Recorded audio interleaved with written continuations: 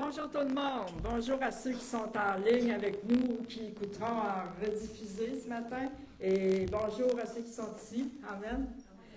Alors, ce matin, je vais parler d'un sujet populaire. Je dis ça parce que c'est un sujet qui est revenu plusieurs fois dernièrement. Donc, moi, je pense que Dieu veut vraiment nous parler. Quand il ramène un sujet comme ça plusieurs fois, Dieu veut vraiment nous enseigner quelque chose, veut vraiment agir à ce niveau-là. Donc, j'ai l'impression de me répéter, mais c'est Dieu qui donne le message. Donc, moi, je fais juste suivre puis obéir. Alors, si je donnerais un titre à mon message ce matin, oups! J'ai-tu perdu le son? Non?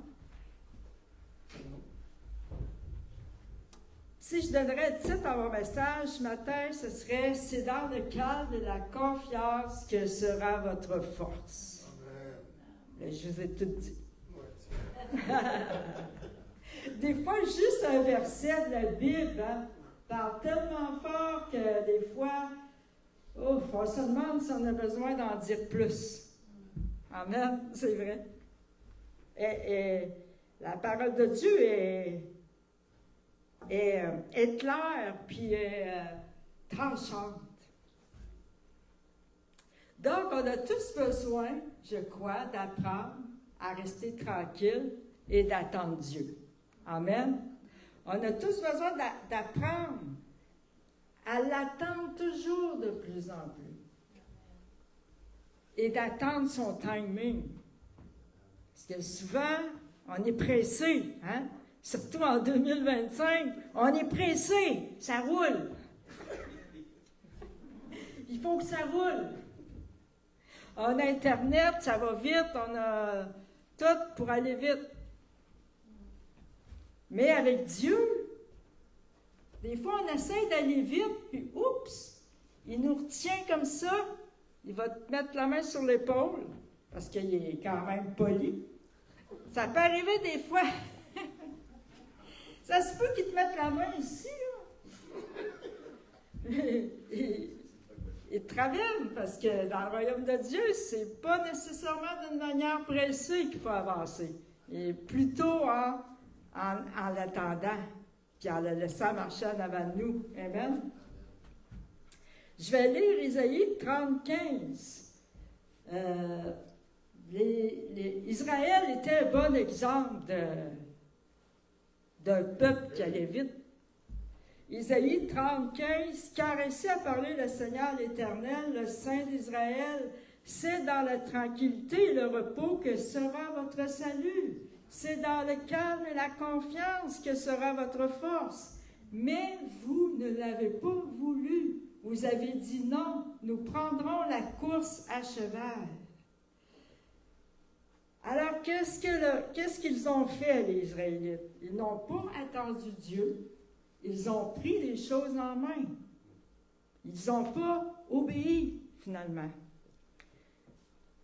Ils ont préféré continuer par leur force. Ils ont mis leur confiance dans leurs chevaux. C'est vrai? Et le cheval, ici, dans ce contexte-là, signifie la force. Ils ont mis leur confiance dans la force des chevaux, dans leur armée, dans leurs propres moyens, leurs propres ressources. Et pourquoi cette importance mentionnée à propos des chevaux dans le contexte? C'est parce que dans de nombreuses cultures, les chevaux sont depuis longtemps vénérés comme symbole de puissance, de force et de liberté. Alors, c'est ce que signifiait pour eux leur armée, leurs chevaux. Les chevaux signifient la force et la puissance humaine, la guerre et la bataille dans le contexte.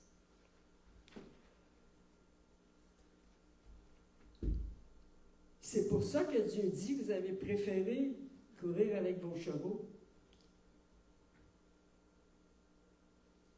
Le cheval est considéré comme un être divin, comme un animal sacré associé à une divinité particulière ou comme un animal totem du roi ou du guerrier dans beaucoup de cultures.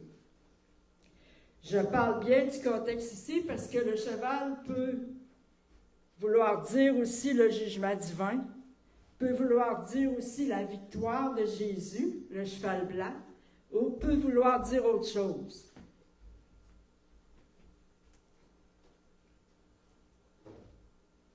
Donc, ils ont mis leur confiance dans le pouvoir humain terrestre, dans leurs ressources humaines terrestres. Ils ont mis Dieu de côté et ont oublié que tout leur venait de Dieu. Ils ont oublié, ils ont mis de côté, c'est Dieu qui leur donnait tout. Tout venait de Dieu. Ils se sont enorgueillis en quelque sorte.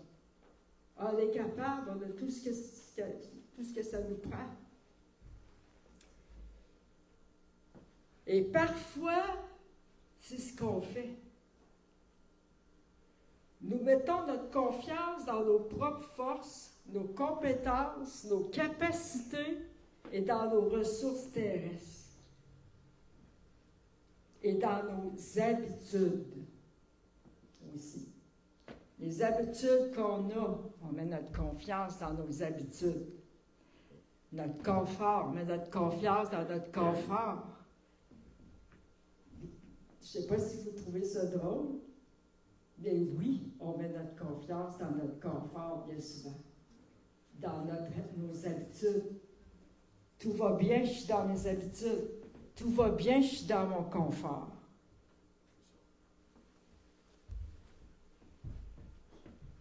Mais Dieu ne nous laisse pas dans notre confort et ne nous laissera pas dans nos habitudes. Dieu va nous sortir de notre confort puis de nos habitudes pour nous amener plus loin. Parce que sinon, on va tourner comme dans une routine. On peut devenir religieux, on peut devenir satisfait dans notre confort, et à un moment donné, ben, Dieu va nous prendre, il va nous shaker pour qu'on sorte de cette place-là, de cet endroit-là. Et ça, c'est surtout si on est bon. Tu sais, là, il y en a des gens qui sont très compétents. Ils sont très compétents dans tout. Ils ont beaucoup de compétences. Ou il y a des gens qui sont très intelligents. Ils vont mettre leur confiance dans leur intelligence. Amen. Mais ça ne veut pas dire que tu ne peux pas être instruit ou que tu ne peux pas être prospère. Ça veut juste dire de reconnaître que ça vient de Dieu, tout simplement. De reconnaître que mon intelligence, je suis quelqu'un qui est capable d'aller à l'école, puis que je peux être instruit, ça me vient de Dieu. Si je suis quelqu'un qui a des richesses, c'est de reconnaître que ça me vient de Dieu. Ça ne veut pas dire que je dois être pauvre et misérable pour que ce soit de Dieu. Ça, il y a eu des mauvaises interprétations de ces choses-là. Il y en a qui disaient dans le temps, je me souviens, il y a 15 ans, il y a 20 ans, si tu es spirituel, tu es pauvre. Il faut que tu sois pauvre pour être spirituel. Si tu n'es pas pauvre, tu n'es pas spirituel. Avez-vous déjà entendu ça? Moi, quand je suis au Seigneur, là, il y a 30 ans et au-dessus, je ne veux pas trop me vieillir, là. Quand je suis venue au Seigneur, dans ce temps-là, la mode, c'était d'être pauvre. Il ne fallait pas que tu aies trop d'argent, sinon tu ne passais pas pour un spirituel. Il fallait que ta vie soit misérable. Là, si ta vie était misérable, tu étais spirituel. Amen. C'est vrai. Tu passais pour quelqu'un qui recherchait la piété. Tu passais pour quelqu'un qui était pieux. Parce que Tu ne passais pas pour quelqu'un qui recherchait l'argent. Tu ne passais pas pour quelqu'un qui recherchait le luxe.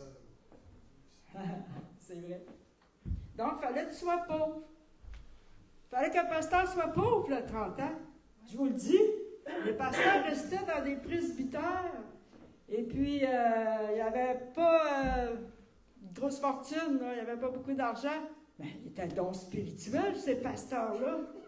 Hey! Et c'est vrai que c'était comme ça qu'on voyait bien souvent les hommes de Dieu ou les gens qui étaient spirituels.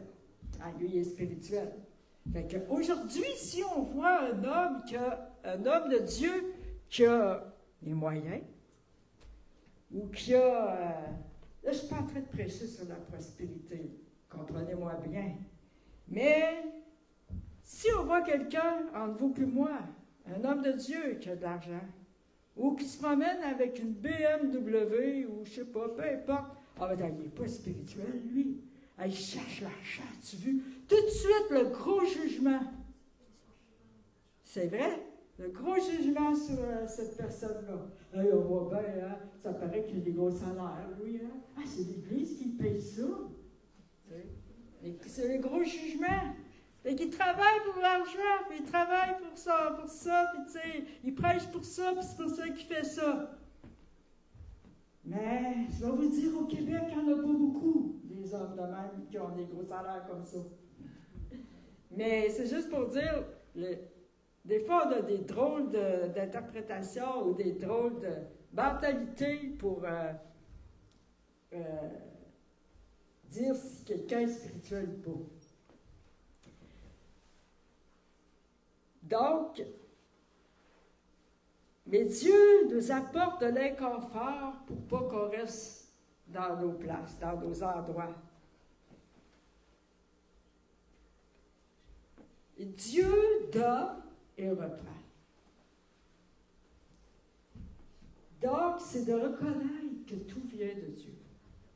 Puis qu'on n'a pas le contrôle. C'est pas nous qui avons le contrôle.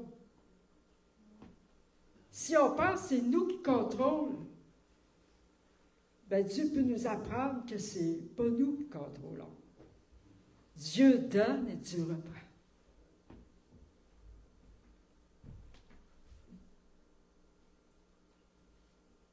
Et ça peut arriver aussi qu'il nous amène dans une position où on doit s'humilier pour nous montrer qu'on doit dépendre de lui. Amen? Que c'est pas nous, là, c'est pas... Notre assurance doit venir de Dieu, de ce que nous savons que Dieu est avec nous. C'est de là que notre confiance et notre assurance en nous doit venir. Parce que c'est la mode, hein, dans le monde, l'épanouissement de soi, et puis tout ça. Aie confiance en toi. Et tu vas réussir. C'est la clé de la réussite. Aie confiance en toi. Aie confiance en ton ego. Exploite-le au maximum. C'est la mode, n'est-ce pas? Mais notre assurance doit venir de Dieu, du fait que Dieu est avec nous. C'est là qu'elle doit être ma confiance. J'ai confiance en moi. Pourquoi? Parce que Dieu est avec moi. Amen. Parce que Dieu n'est pas contre moi, mais est pour moi et est avec moi. Et c'est la même chose pour vous. Vous devez avoir confiance en vous parce que Dieu est avec vous et qu'il n'est pas contre vous, mais qu'il est pour vous et avec vous. Puis là où il vous a placé, c'est lui qui vous a placé. Et si vous devez être placé ailleurs, c'est lui qui va ouvrir les portes. C'est là que doit être notre confiance en lui. Mais ça ne veut pas dire que tu n'as pas confiance en toi. Parce que ta confiance vient du fait que Dieu est avec toi. Puis Dieu te donne la force. Puis Dieu va t'équiper. Amen. Alléluia. Puis que Dieu marche à tes côtés. Puis que Dieu marche avec toi. Alléluia. Amen. Moi, en tout cas, ça me donne de l'assurance de savoir que Dieu est là, de savoir que Dieu est avec moi, qu'il n'est pas contre moi. Amen. Donc, on se sent en confiance. Sentez-vous en confiance? Est-ce que Dieu est avec vous? Amen. Amen. Alléluia. Les choses dans lesquelles nous mettons notre confiance deviennent des idoles. Pourquoi? Parce qu'elles prennent la place de Dieu. Tout simplement. Tu adoreras le Seigneur ton Dieu et lui seul. Ça veut dire mettre ta confiance en Dieu, en lui seul. Amen. Et, oui. Et si on met notre confiance en autre chose, ça devient l'idole dans notre vie, c'est pas long. On est comme ça, les humains. On a besoin de quelque chose. Fait que si c'est pas Dieu, ça va être autre chose. On va mettre notre confiance en autre chose. Vaut mieux la mettre en Dieu. C'est pas mal plus sécuritaire. Surtout en 2025. Bientôt, ça va être les élections. Est-ce que vous vous fiez là-dessus pour... Est-ce que vous vous fiez sur les prochaines élections, sur le prochain premier ministre?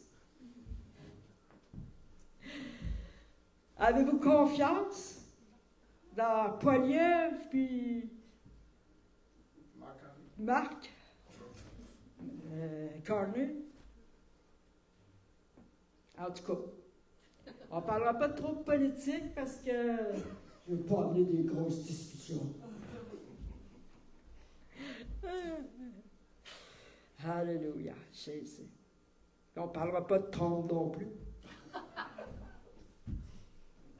Et moi, je l'aime bien, Trump. Savez-vous pourquoi?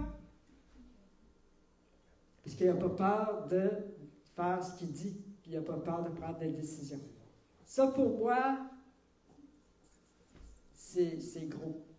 Parce qu'on est tellement habitués d'avoir des hommes qui ne prennent pas de décision, qui mènent notre pays ou qui menaient le pays de l'autre bord, que lui, il prend des décisions. Il ne prend pas juste des bonnes décisions, là, on s'entend, mais il prend des décisions pour son pays d'abord. Amen. Son peuple d'abord. Puis nous, les Canadiens, quand est-ce que ça va être le Canada d'abord? Avec Poilievre. C'est une joke. Il faut bien faire un peu d'humour. Ben, ils sont très drôles.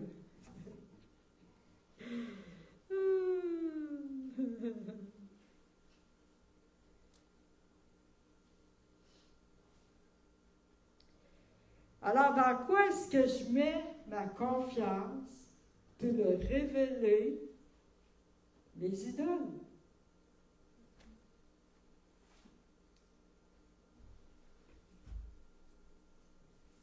Dieu avertit le peuple d'Israël et leur explique comment trouver la force.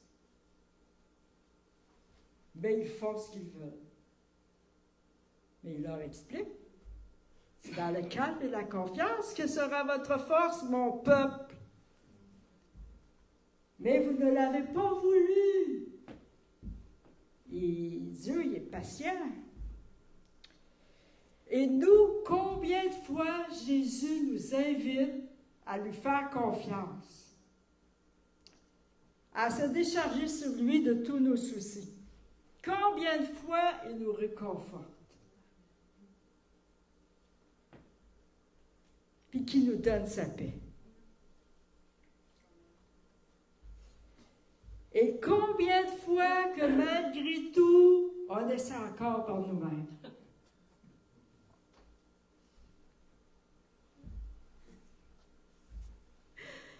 Oh, les humains!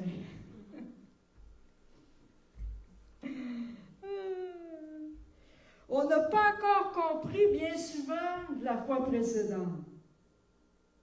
On oublie vite. On n'a pas encore compris de la crise précédente. On fait un petit bout, oups, il y a une autre crise ou une autre chose qui arrive, puis je suis perdu. On n'a pas encore compris de la fois précédente que Jésus était là. Alléluia. C'est un processus d'apprentissage, d'apprendre aussi à lâcher prise. Apprendre à laisser le contrôle à Dieu.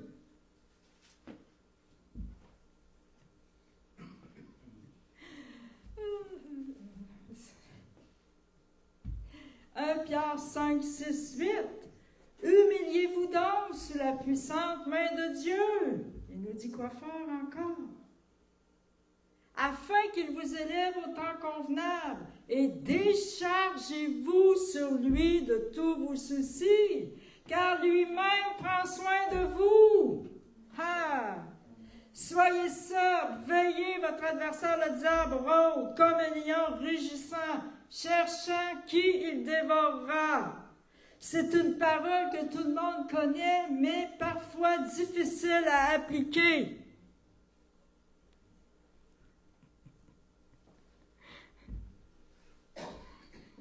Non?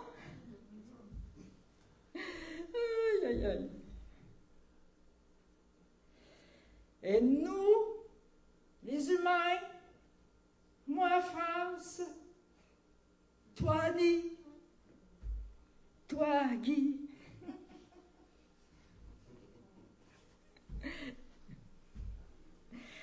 nous devons apprendre à lâcher prise et à se reposer en lui. Lâcher prise. Connaissez-vous le lâcher prise? Prenez un élastique, tirez-le, puis lâchez-le. C'est ça que ça ressemble. Lâcher prise, ça étire. Étire. Tu te sens étiré. J'en ai pas un élastique. Tu te sens étiré. Étiré. Des coups, boum! Il lâche. Mais avant qu'il lâche, il s'étire. Ça dépend de la longueur d'élastique. Il y en a qui sont plus longs, il y en a qui... Ça dépend aussi de combien longtemps on a besoin de se faire étirer avant de lâcher prise. Des fois, on est étiré longtemps. Là, tout d'un coup, t'en peux plus. T'es étiré pendant longtemps. Tout d'un coup, boum, l'élastique qui lâche. C'est mieux qu'il lâche qu'il casse. Parce que si c'est toi qui casses, ça peut faire plus mal que si tu t'es laissé étirer, des coups, tu lâches prise. Ça va peut-être faire moins mal que si c'est toi qui casses. Mais ça peut arriver que ça aille jusque-là, que tu casses. Mais, tu n'es jamais perdant. Avec Dieu, tu n'es jamais perdant. Il va toujours reconstruire, il va toujours relever. Puis savez-vous quoi? Après le cassement, vient la liberté et le soulagement. Amen. Mais, il étire. Ça, je le sais. J'en ai l'expérience.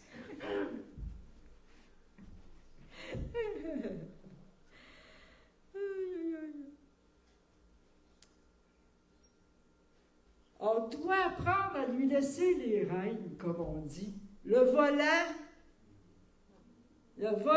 Amen. Avez-vous hâte qu'on puisse conduire, laisser nos autos conduire, de lâcher le volant? Ça va être moins fatigant sur la route, me semble. Hein? C'est pas besoin de conduire, ton char conduit tout seul. Mais dans la vie, c'est le même aussi. Si tu lâches le volant, tu me laisses à Dieu, ça va être plus facile. C'est pas toujours facile, par exemple. Là, ça a commencé, on peut des fois lâcher le volant. Là. Moi, mon auto, je peux lâcher le volant, c'est un 2024, je peux lâcher le volant, il va rouler droit. Mais je ne peux pas le lâcher trop longtemps encore. Là. Il faut que j'en mette les mains dessus. Mais c'est un peu de qu'est-ce qu'on a l'air, hein, des fois. On lâche le volant, mais là, on est là. Oh, je ne peux pas le laisser trop longtemps. Là, je le reprends. Ça me prend le volant. On est de même, hein? Des fois, on s'en rend pas compte, mais on est comme ça. Dieu en haut doit dire, doit rire, hein, des fois, ou des fois, il doit dire, elle a encore besoin d'apprendre. Allons sur le volant. Mais il est patient. Il est patient, puis il est amour, il dit, oh, la prochaine fois, je vais lui donner un char conduit tout seul.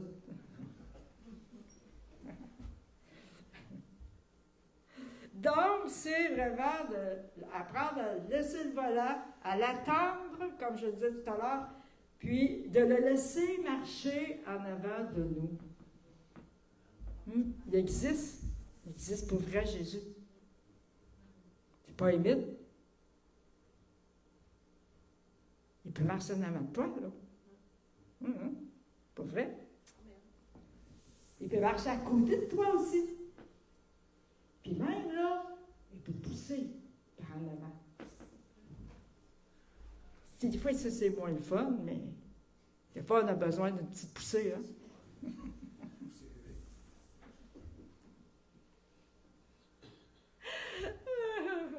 J'ai des images. Aïe, aïe, aïe. OK, je vais lire un verset qui est populaire aussi, qu'on entend souvent. Et on l'entend tellement souvent qu'on l'a tout mis en pratique dans nos vies. C'est merveilleux. Philippiens 4,6, ne vous inquiétez de rien. Oui, mais ça fait je ne sais pas combien de fois qu'on l'entend. Voyons, on l'a mis en pratique. Mais en toutes choses, faites connaître vos besoins à Dieu par des prières, des supplications et avec des actions de grâce. Il nous dit encore comment faire. Il nous dit quoi faire. Hey! Hein? Seriez-vous patient comme ça si vous étiez un professeur?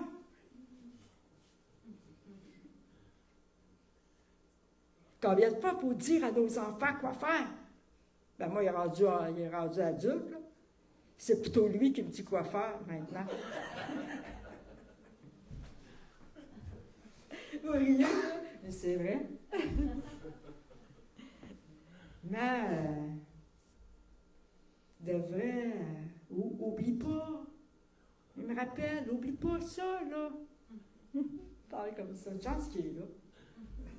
Il me rappelle, aussi, c'est lui qui me rappelle, il faut que je mange. Puis il me rappelle aussi qu'il faut aller faire l'épicerie. C'est important.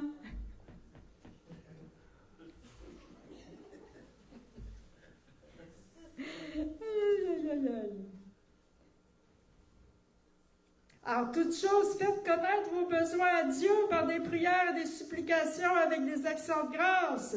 Et la paix de Dieu, qui surpasse toute intelligence, gardera vos cœurs et vos pensées en Jésus-Christ. Je vais vous parler, là.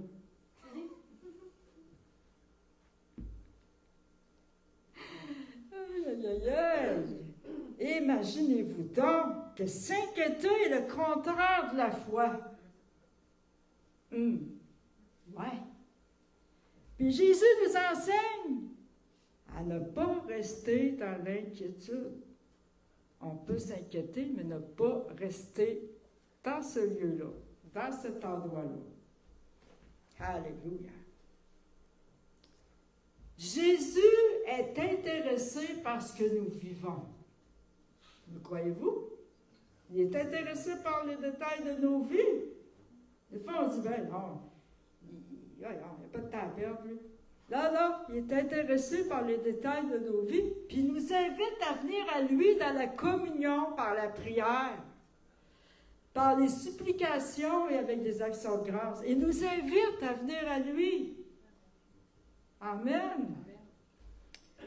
Et puis, c'est pas de la faiblesse d'avoir besoin de prier ou avoir besoin de Dieu. Souvent, on entend des gens dire « Ah, vous autres, les chrétiens, vous êtes une gang de lâches. » Avez-vous déjà entendu ça?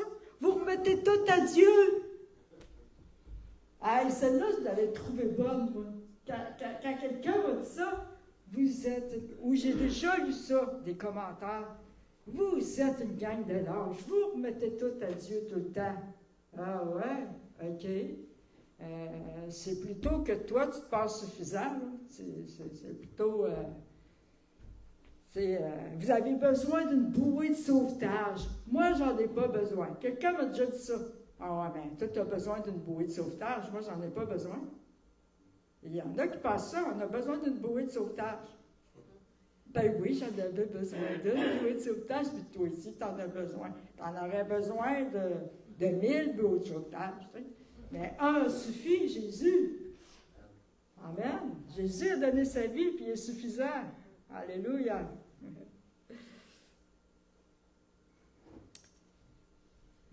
Il veut que nous lui fassions confiance et que nous sachions qu'il s'occupe des choses et de nous. Il s'occupe de nous. Amen. Il veut que nous trouvions la paix et que nous restions dans la paix, dans sa paix. Sa paix à lui, pas la paix qui vient du monde, mais dans sa paix à lui. Et c'est pour ça qu'il nous invite souvent à venir à lui. Il y a, je ne sais pas combien de versets dans la Bible qui parlent de ça. Sa paix et de venir à lui, puis qu'il ait le repos et qu'il ait notre secours et tout ça. Il y a beaucoup de versets dans la Bible qui parlent de ça. Et Jésus nous enseigne comment garder la paix. Parce qu'il est la paix. Jésus est la paix. C'est le meilleur professeur pour nous apprendre à comment rester dans la paix. Il est la paix. Il dit, venez à moi. Il est le repos. Viens à moi, je suis le repos. Je suis la paix. Viens. Alors ce matin, si tu as besoin de la paix, tu as besoin du repos, viens à Jésus. Amen. C'est simple. Viens à Jésus. Puis donne-lui tous tes soucis. Donne-lui ta vie. Donne-lui tout ce qui te préoccupe. Dépose ça à ses pieds. Il va prendre soin de toi. Ça ne veut pas dire que tu n'auras pas d'épreuves, mais il va être avec toi dans les épreuves. Il va prendre soin de toi. Amen. Alléluia. Puis souvent, on est tellement habitué de fonctionner dans la vie, de contrôler les choses, de faire puis de s'agiter. Oh, il y a ça à faire. On est tellement habitué de prendre les choses en main. Des fois, quand on a de la difficulté à lâcher prise, puis à lui faire confiance. C'est comme ça on disait à Dieu. Des fois, c'est pas clair comme ça, mais c'est comme ça il disait, ah, moi je sais comment, je suis capable, je l'ai toujours fait. Là, on fonctionne, puis on continue, puis on continue. On prend des décisions, nous autres, puis ah ouais, on gère. Moi, je gère, on gère.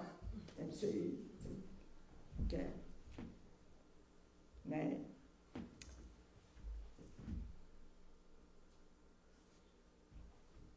c'est souvent une habitude de gérer, l'habitude de gérer. Et ce n'est pas non plus de tout laisser tomber, de lâcher prise, mais c'est de lui laisser la direction du navire. Puis, à travers nos responsabilités, il va nous donner ce qu'on a besoin si on s'en remet à lui. Et si on a besoin de sagesse, on lui demande, puis il va nous la donner, puis il va nous diriger. Puis il va nous montrer quelles sont les priorités, qu'est-ce qui est important, puis qu'est-ce qui n'est pas important. Il va nous montrer nos priorités. Il va nous donner sa sagesse. Il faut lui demander. La Bible dit, si tu veux plus de sagesse, demande-lui, il va te la donner. C'est là pour nous. Amen. On a accès à sa sagesse. Et vous savez, il y a des gens qui sont tellement combattants. Ils sont combattants dans le naturel. Ils sont habitués de foncer puis de se battre. Puis de faire. Puis même de forcer les choses. Il y en a qui sont comme ça. Dans le naturel, ils ont appris ça. Ils ont dû faire ça. Parce que dans la vie, ils ont eu peut-être des difficultés. Ils ont appris souvent même depuis qu'ils sont jeunes, à faire ça. Tu es un combattant, tu es quelqu'un qui fonce, tu es quelqu'un qui lutte. Donc,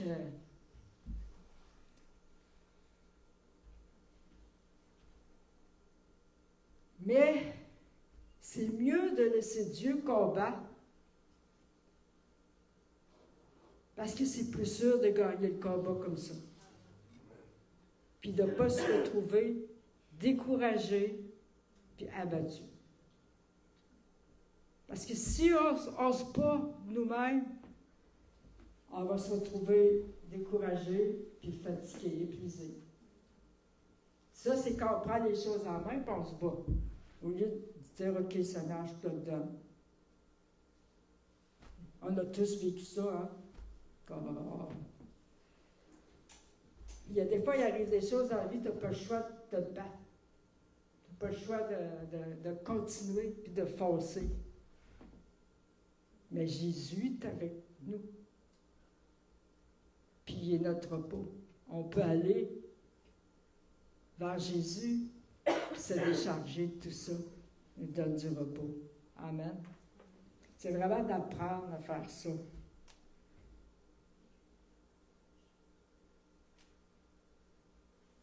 Et si on lui laisse,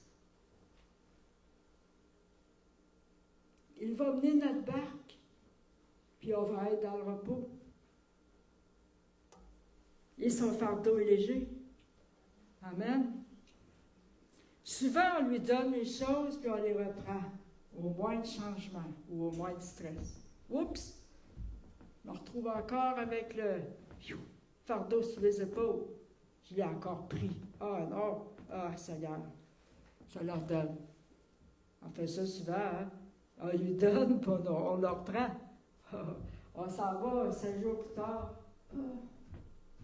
Ou des fois, plusieurs mois plus tard, on se retrouve encore avec un lourd fardeau. Ah, on a refait encore la même chose. On l'a repris. C'est vraiment un apprentissage. Je vais lire Matthieu 8, 23, 34. C'est un verset au sujet de la tempête et du bateau.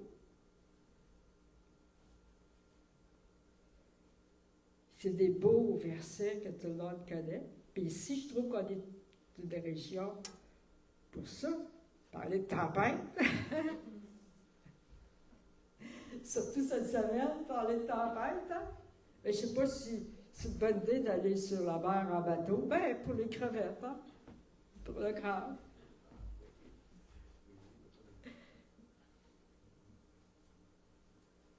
OK, Matthieu 8, 23, 34. Est-ce que j'ai le bon verset?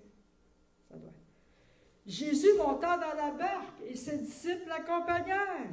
Soudain, une grande tempête s'éleva sur le lac, si bien que les vagues recouvraient la barque. Mais Jésus dormait. Les disciples s'approchèrent de lui et le réveillèrent en criant « Seigneur, sauve-nous! Nous allons mourir! » Moi, je suis sûre qu'ils ont crié plus fort que ça. « Seigneur, réveille! Sauve-nous! On va mourir! » Jésus leur a répondu « Mais pourquoi avez-vous peur? Comme votre confiance est faible. » Est-ce que ça nous arrive aussi, nous, de se retrouver dans une tempête ou dans une situation? On a peur.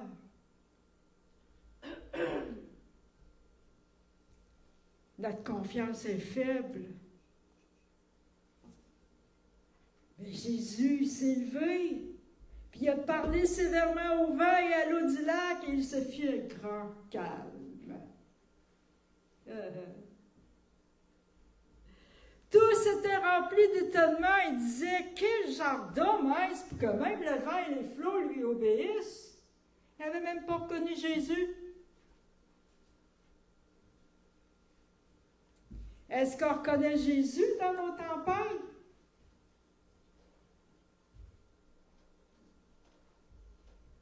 Des fois, fois, on est tellement submergé et aveuglé qu'on ne le voit même pas. Pourtant, il dit qu'il est avec nous jusqu'à la fin. Amen? Il ne faut pas écouter nos émotions, hein? Nos émotions sont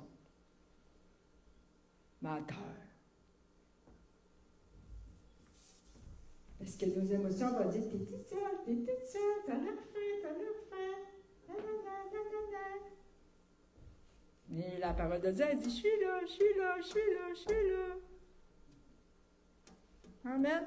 Je suis là. Ou bien c'est notre raisonnement. Qu'est-ce que je vais faire? Comment je vais m'en sortir? Je ne sais plus quoi faire. Je ne sais pas comment je vais passer au travers de ça. Et on ne voit plus Jésus. Puis on ne voit pas l'autre bord non plus. Il fait trop tempête. Puis là, Jésus il arrive soudainement dans ta situation, dans ta tempête. Voyons, pourquoi vous avez peur? Je suis là. Tu calmes. Jésus n'est pas stressé. Il apporte le calme. Le stress apporte un stress dans l'atmosphère. Change l'atmosphère avec le calme. Jésus est calme.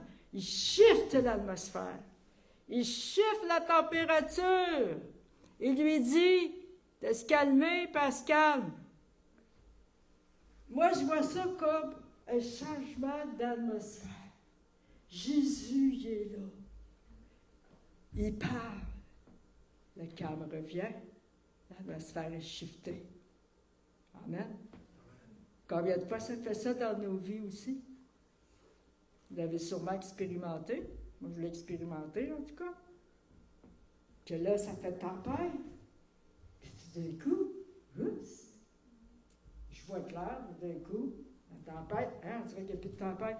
Même que je me demande, voyons donc, comment ça, je pensais de même, puis j'étais dans la tempête. Pas de tempête. C'est, voyons, qu'est-ce qui passé à la tempête? Ben là, c'est parce que Jésus, il s'est montré, il m'a ouvert les yeux. Hey, gars, je suis là. Amen. La tempête, elle disparaît. Ben, ça ne veut pas dire que tes circonstances changent, mais tout d'un coup, tu n'as pas la même perspective. Alléluia. Donc, c'est un manque de confiance et de foi, la peur. Mais Jésus les rassure et leur enseigne qui est là dans la tempête et dans la situation, dans les tourbillons. Des fois, ça tourbillonne. Vous avez pensé? Des fois, ça tourbillonne autour de nous. Des fois, ça tourbillonne autour de notre vie. Surtout quand tu as des petits-enfants, hein, Laurent? Il y a 5 petits-enfants qui arrivent chez vous. Là, ça tourbillonne.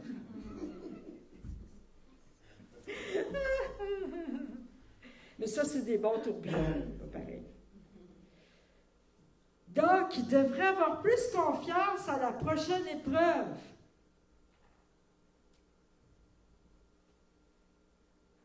Est-ce qu'ils ont eu plus confiance? Il faudrait continuer de lire la Bible. Continuer de lire.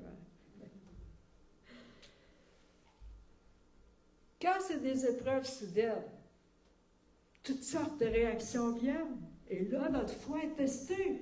Ils ont été testés dans leur foi sur le bateau. Pourquoi avez-vous si peur? Dans d'autres versions, c'est écrit. Pourquoi avez-vous si peu de foi? C'est leur foi qui est testée. Leur foi est testée. Pas pour les écraser et leur dire « Hey, t'as pas de foi », mais pour leur enseigner à avoir la foi, pour les fortifier dans leur foi. Donc, les épreuves sont là aussi pour tester et augmenter notre foi, tester notre caractère et transformer notre caractère plus à la ressemblance de Christ, pour être plus à la ressemblance de Christ. Quand il y a des crises qui viennent, ben, notre caractère est testé. Écoute, on n'est pas parfait, hein? Mais on apprend. On apprend. Ça nous transforme, ça nous étire, ça nous sort de notre confort, ça nous amène plus loin. Après ça, quand ça va être passé, tu vas te rendre compte que, ouf, comment j'ai fait de passer à travers ça? Ben, c'est la grâce de Dieu. Puis là, tu t'aperçois que tu ne penses plus pareil. Il y a des choses qui ont changé ou qu'il y a des attitudes qui ont changé. Ça, c'est la transformation dans le feu. Amen.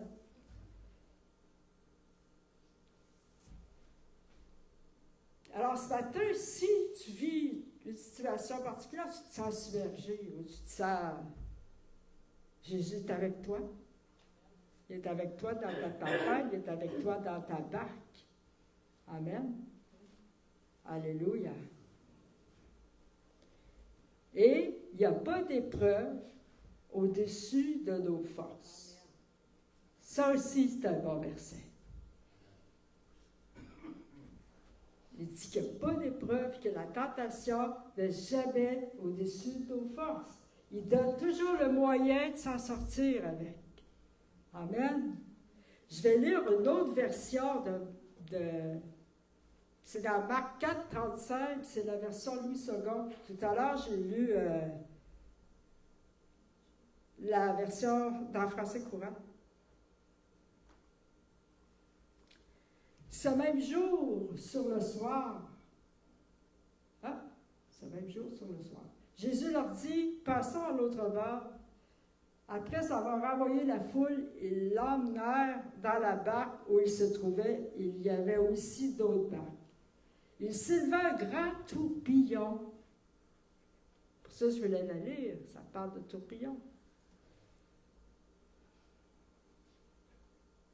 Et les flots se jetaient dans la barque au point qu'elle se remplissait déjà. Et vous savez, dans un bateau, c'est pas l'eau qu'il y a autour qui nous fait couler, c'est l'eau qui rentre dans le bateau. Donc, spirituellement parlant, c'est important de remplir nos trous.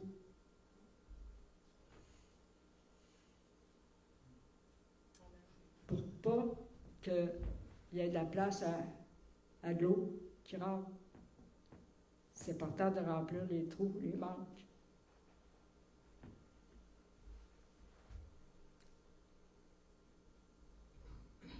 Maître, ne t'inquiètes-tu pas de ce que nous périssons?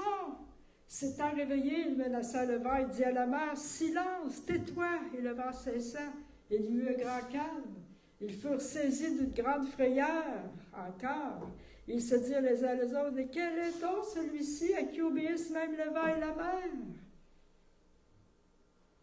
Il n'a pas connu Jésus encore. Alors ce matin, est-ce que Jésus est dans ta barque? Oui. Amen. Alors si oui, garde la foi.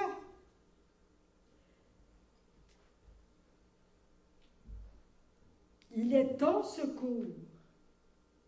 Il est notre secours. Alléluia. Et Jésus est dans la paix. Il n'est pas dans le stress, lui-là, dans ta situation. Des fois, on pense que Jésus est stressé. Non, il n'est pas stressé, Jésus. T'sais. Parce que nous, on est stressés, on pense que Jésus est stressé, fait qu'il ne peut pas être notre secours, parce que là, il est stressé. Donc, gardons les yeux sur lui et n'ayons pas peur. Amen. Des fois, on se sent perdu. Mais Jésus, il est là pour te montrer le chemin, pour te diriger, pour te guider. Et même si on se sent perdu, on n'est pas perdu. Parce que Jésus est là tout le temps. On n'est pas perdu. C'est un gros sentiment de se sentir perdu. C'est un gros sentiment, une grosse émotion, pas agréable de se sentir perdu. ou de sentir qu'on a perdu quelque chose. C'est des sentiments qui viennent forts. Mais on n'est pas perdu. Parce que même si moi je ne vois rien, Jésus me guide. Jésus me tient la main. Je peux mettre mes mains dans ses mains, puis ses pieds dans ses pieds. Amen. Puis si je ne vois rien, ben, lui, il voit. Alors Jésus nous invite à garder la foi et nous enseigne à se reposer sur lui. Il est le meilleur professeur pour ça. Amen. Et des fois, nous, on est des élèves peut-être pas faciles. Et il est patient, il est rempli d'amour. Alors, je ne vais pas continuer bien plus longtemps. Je vais terminer ici avec un dernier verset qui en dit long, finalement. Cherchez premièrement le royaume et la justice de Dieu, et toutes ces choses vous seront données par-dessus tout. Amen. Il nous dit encore quoi faire. Je recherche premièrement le royaume et la justice de Dieu, et toutes ces choses te seront données. Et il ne dit pas de s'inquiéter de quoi on va manger, ou de quoi on va boire, ou de quoi on va se vêtir. Cherche premièrement le royaume de Dieu. Et toutes ces choses te seront données. Alléluia. C'est simple, hein, quand on lit ça comme ça. Mais est-ce que c'est difficile à pratiquer des fois? Quand tu arrives, là, tu manques d'argent, cherchez premièrement le royaume de Dieu, et toutes ces choses vous seront données par-dessus tout. Et là, tu lis 10 fois le verset. Est-ce qu'il faut que ça rentre? Est-ce que là, je manque d'argent? Mais t'as dit de chercher ton royaume premièrement. Je vais aller à la réunion de prière. Je vais aller chercher ton royaume.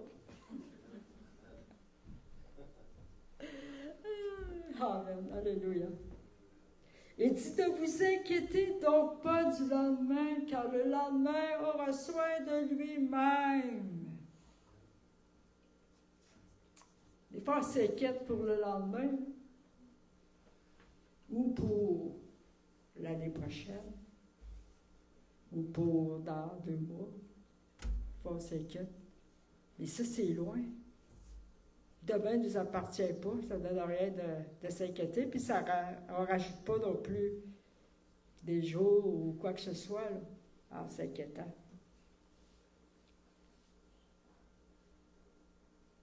Alléluia. Alors, ce matin, je vous invite à trouver votre repos en lui, puis de mettre votre confiance en lui. Alléluia. Amen. Il prend soin de vous. Amen. Des fois, moi, quand je pense à ma vie, depuis que je suis née, mais je ne me rappelle pas quand je suis née, par exemple, mais je sais que je suis née. J'étais pas là quand je suis née. Ah oui, j'étais là quand je suis née, par exemple. J'étais là quand je suis née, mais je ne m'en rappelle pas. Quand je pense à ça et je regarde ma vie jusqu'à maintenant, oui, j'ai vécu des épreuves difficiles. Oui, j'ai vécu des tempêtes. Mais quand je médite là-dessus, je me dis, bon Dieu, tu étais là. Jésus, tu étais là. Là, je peux voir, tu étais là, mais des fois, je me dis, comment j'ai fait pour passer à travers cette situation-là? Ça, comment j'ai fait? Ça se peut pas. Par la grâce de Dieu. Parce qu'il était là. Parce qu'il a ouvert les portes. Parce qu'il m'a fortifié. Parce qu'il m'a porté. Il nous porte dans ses bras. Dans les moments difficiles. Il nous prend dans ses bras. Amen. Des fois, on ne s'en rend pas compte, puis il nous porte dans ses bras. Et il y a des anges autour de nous aussi. Et je me dis, même encore dernièrement, cet automne, je me disais, comment je vais faire pour passer au travers de ça? Eh bien, par la grâce de Dieu. Quand je pense, je me dis, c'est vraiment la grâce de Dieu. De quelle manière Dieu a pourvu, de quelle manière Dieu a entrepris. Et je sais que ce n'est pas fini, que je vais vivre encore des temps difficiles, parce que, bon, je veux vraiment mettre ma confiance en Dieu, parce qu'il est là. Sa parole nous dit qu'il est là. Puis on a ses promesses aussi. Il faut s'appuyer sur ses promesses, sur sa parole, pas sur qu'est-ce qu'on voit. Qu'est-ce qu'on voit de nos yeux dans le naturel, là? C'est contraire à la parole, bien souvent. Amen. Alléluia. Je vais juste terminer avec un mot de prière ici. Alléluia, Jésus. Vous pouvez vous lever si vous avez le goût de vous lever. Alléluia, Jésus. Alléluia, Seigneur Jésus. Oh,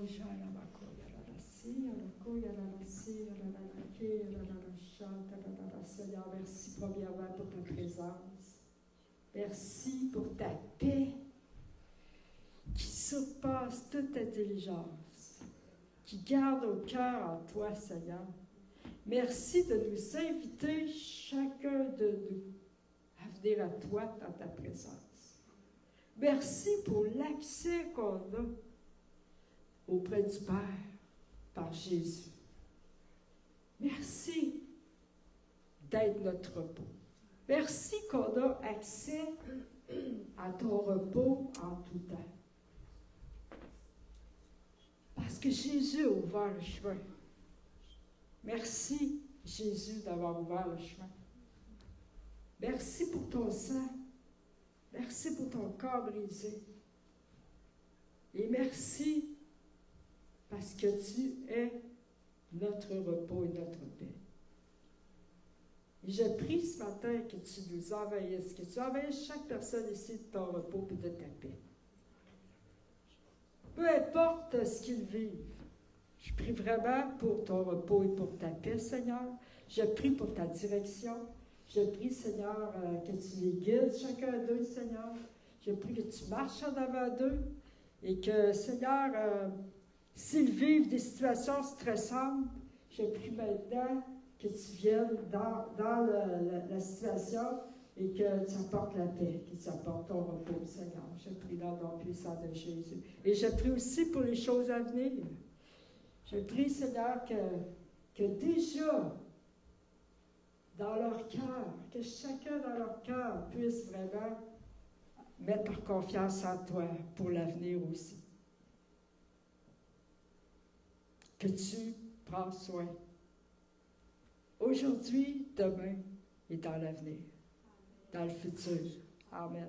Alléluia. Et qu'on peut vraiment s'appuyer sur toi. Parce que tu es toujours le même. Hier, aujourd'hui et demain, tu es toujours le même. Tu es toujours fidèle. Alléluia, Jésus. Merci pour ton amour et ta fidélité. Puis je te demande aussi de combler toute solitude. Si quelqu'un se sent seul, je prie que tu combles la solitude par ton amour et par une grâce spéciale, une grâce particulière, Seigneur, pour ces personnes-là. Que tu entoures d'une manière particulière. Puis que tu mettes des anges autour d'eux, Seigneur, pour les protéger et pour remplir leur solitude.